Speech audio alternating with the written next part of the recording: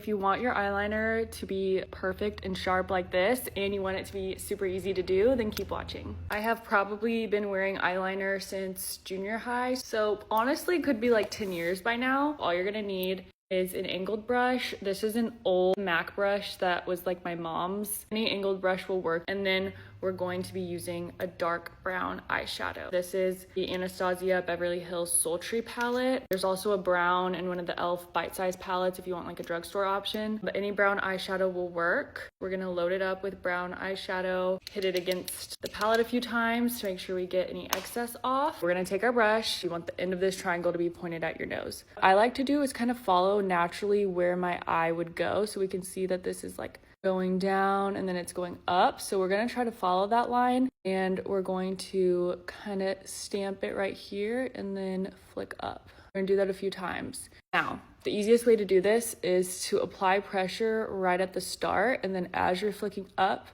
kind of let go of the pressure. And that's gonna give you kind of a natural shape like that. Once we have that, I usually go in, get a little bit more. We're gonna close our eyes and we're gonna connect this to our lash line. So we're gonna go from here to our lash line, and that gives you your wing.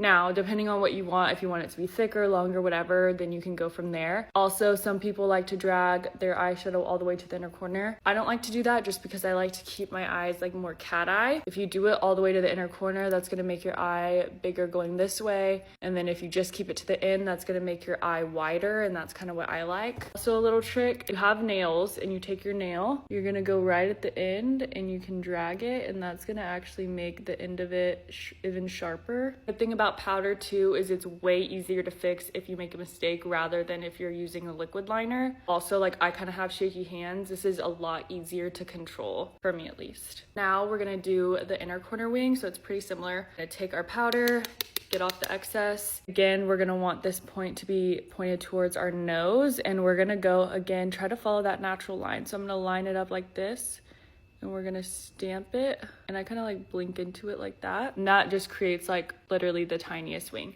Because of the shape of the angled brush, you really don't have to do any work. Like, that's already perfect. Super easy. This is how I do my winged eyeliner. Let me know if you have any questions. I tried to be as detailed as possible, but yeah, bye.